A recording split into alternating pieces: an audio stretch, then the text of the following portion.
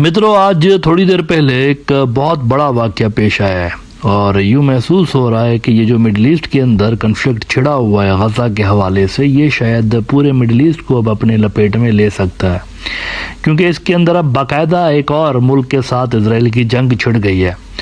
Yemen के Houthi काफ़ी अरसे से लेकर इजरायली जहाज़ों को और इजरायली जो पोर्ट सिटी है लात का उसको और दीगर तनसीबात को निशाना बना रहे थे, लेकिन एक दो रोज़ पहले उन्होंने इजराइल की कैपिटल यफ़ा, जिसको तिल अवीव भी कहते हैं, इसके ऊपर उन्होंने एक ड्रोन अटैक किया। उस ड्रोन अटैक के नतीजे में 10 इजरायली ज़ख्मी हुए और एक मारा गया।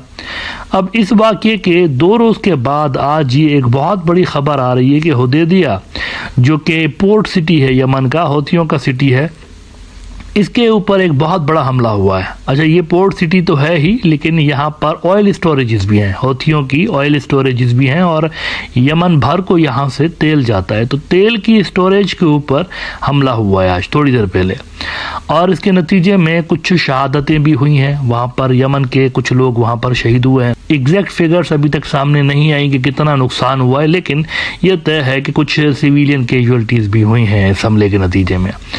अब शुरुआती तौर पर तो इजरायली मीडिया ये नहीं लिख रहा था कि ये हमने किया है। मिसाल के तौर पर आप देखिए, हार्ट्स उनका बड़ा न्यूज़ आउटलेट है, इन्होंने कहा कि reports of explosions heard in Yemen's port city of Hodeidah following Saturday's Houthi drone strike in Tel Aviv. ये नहीं कह रहे कि ये हमने किया है, ये नहीं लिख रहे। अच्छा, वो जो ड्रोन अटैक हुआ था हौथियों वाला, इसके लिए इजरायली कह रहे हैं कि ये सिर्फ एक ड्रोन नहीं था, बहुत सारे ड्रोन थे असल में, लेकिन ड्रोन्स के अलावा 200 क्रूज मिसाइल्स भी थे। 200 क्रूज मिसाइल्स और ड्रोन्स एक साथ आ रहे थे, तो ये ड्रोन आकर इसने हमें हिट किया असल में। इसके बारे में इजरायली मीडिया अपना नाम नहीं लगा रहा। i24 न्यूज़ को भी देख लीजिए। After Houthi drone attack on Tel Aviv, reports out of Yemen of air strikes hitting Hodeidah. और फिर यरूशलेम पोस्ट भी कहता है, according to the Houthi run Yemeni news outlet Al Masira, a series of raids targeted this city. A correspondent for the news organization added that the raids targeted oil refining facilities in the port. कोई एक हमला नहीं हुआ, काफ़ी 3-4 हमले एक साथ हुए वहाँ पे। नाउ इस हवाले से इजरायली मीडिया ये नहीं लिख रहा था कि हमने किया है, लेकिन थोड़ी देर पहले अल कुद्स न्यूज़ नेटवर्क, जो कि फ़लस्तीन का बड़ा न्यूज़ नेटवर्क है, उन्होंने ये कंफर्म किया है कि ये इजराइल नहीं किया है, और अमेरिका के F-35 जो जहाज़ हैं उनको इस्तेमाल करते हुए, क्योंकि देखें यमन से इजराइल का डिस्टेंस बहुत बड़ा है। 2 रोज़ पहले भी जो ड्रोन गया था, यमनी ड्रोन जो गया था वहाँ इजराइल के अंदर, तो ये 2000 किलोमीटर का लगभग डिस्टेंस इसने तय किया है। तो अगर आप एयर स्ट्राइक करते हैं जहाज़ के ज़रिए, तो 2000 एक साइड के, 2000 दूसरी साइड के, ये 4000 किलोमीटर का डिस्टेंस है, बहुत बड़ा डिस्टेंस है।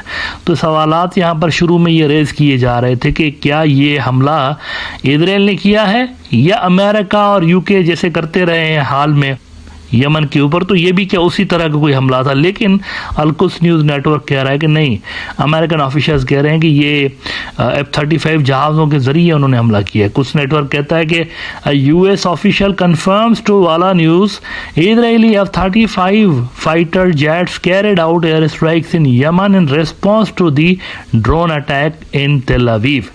अब ये चीज़ अगर कंफर्म हो जाती है, जो कि तकरीबन हो चुकी है, तो फिर इसका मतलब यह है कि अब ऑल आउट वॉर की तरफ ये रीजन जा सकता है। यमनी जो हैं वो रिटालिएट करेंगे, ऑल आउट रिटालिएट करेंगे। उन्होंने बल्कि धमकी भी दी है। उन्होंने कहा है कि अगर किसी भी अरब मुल्क ने, क्योंकि ये बीच में काफ़ी सारे मुल्क आते हैं, यमन और इजराइल के दरमियान काफ़ी सारे मुल्क हैं, दोनों का बॉर्डर नहीं लगता, 2000 किलोमीटर से ज़्यादा का डिस्टेंस है, तो उन्होंने धमकी दी है कि अगर किसी भी अरब मुल्क ने अपनी एयर स्पेस के अंदर हमारे मिसाइल्स को, हमारे ड्रोन्स को हिट करने की कोशिश की, जो कि हम लॉन्च करेंगे इजराइल की तरफ, तो उस मुल्क को हम इजराइल का साथी कंसीडर करेंगे। ये यमनियों ने एक बड़ा बयान दिया है कि अगर किसी ने हमारे मिसाइलों को या हमारे वेपन्स जा रहे होंगे वहाँ पर, उसको अगर किसी मुल्क ने टारगेट करने की कोशिश की, तो हम ये समझेंगे कि ये इजरायली ऑक्यूपायर हैं और इस तरह से हम उनके साथ ट्रीट करेंगे।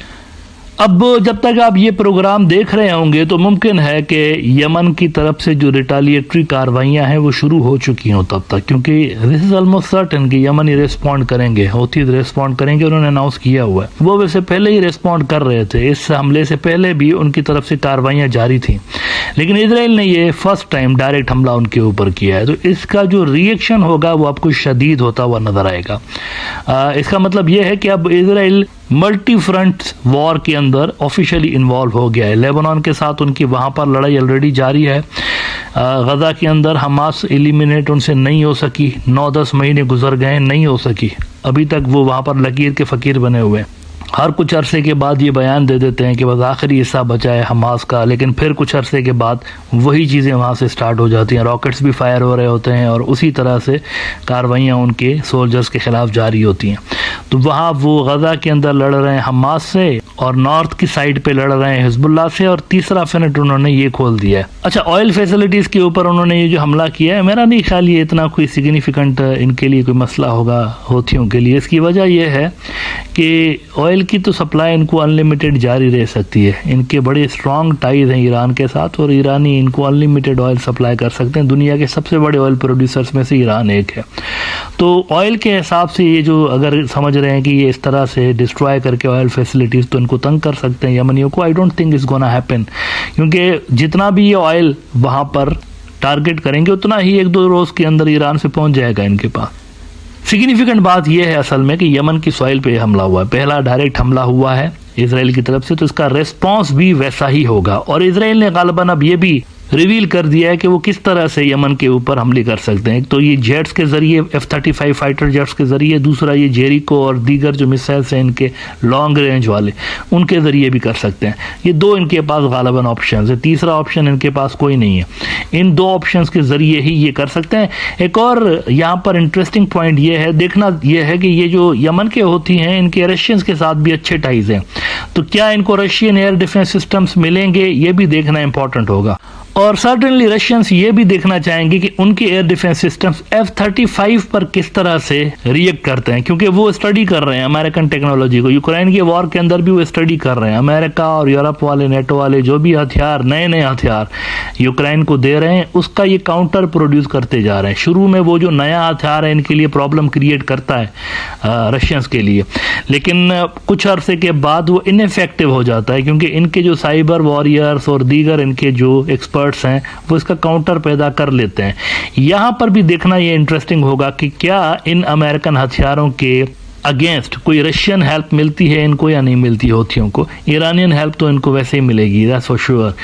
ईरान इनको हर तरह की फैसिलिटेशन के लिए वैसे ही तैयार है। उनके जो नया प्रेसिडेंट आया उसने आते साथ ही ये स्टेटमेंट दिया हुआ है कि इजराइल के लिए पॉलिसी सेम रहेंगी हमारी। ईरान का जो नया प्रेसिडेंट आया है, तो वो जो एक उम्मीद जाहिर की जा रही थी कि शायद अब वहाँ पर कतर में जो टॉक्स चल रही हैं तो उसके नतीजे में ये जंग बंद हो जाए, या अमेरिकन जो इलेक्शंस आ रहे हैं उनसे पहले, नवंबर से पहले ये जंग ख़त्म हो जाए, इस चीज़ के जो इम्कानात हैं थोड़े से कम ज़रूर हुए हैं। और अगर ये ऑल आउट जंग छिड़ गई यमन और इजराइल के दरमियान, तो गजा वॉर की जो सिचुएशन है वो मज़ीद कॉम्प्लिकेटेड होती हुई आपको नज़र आएगी।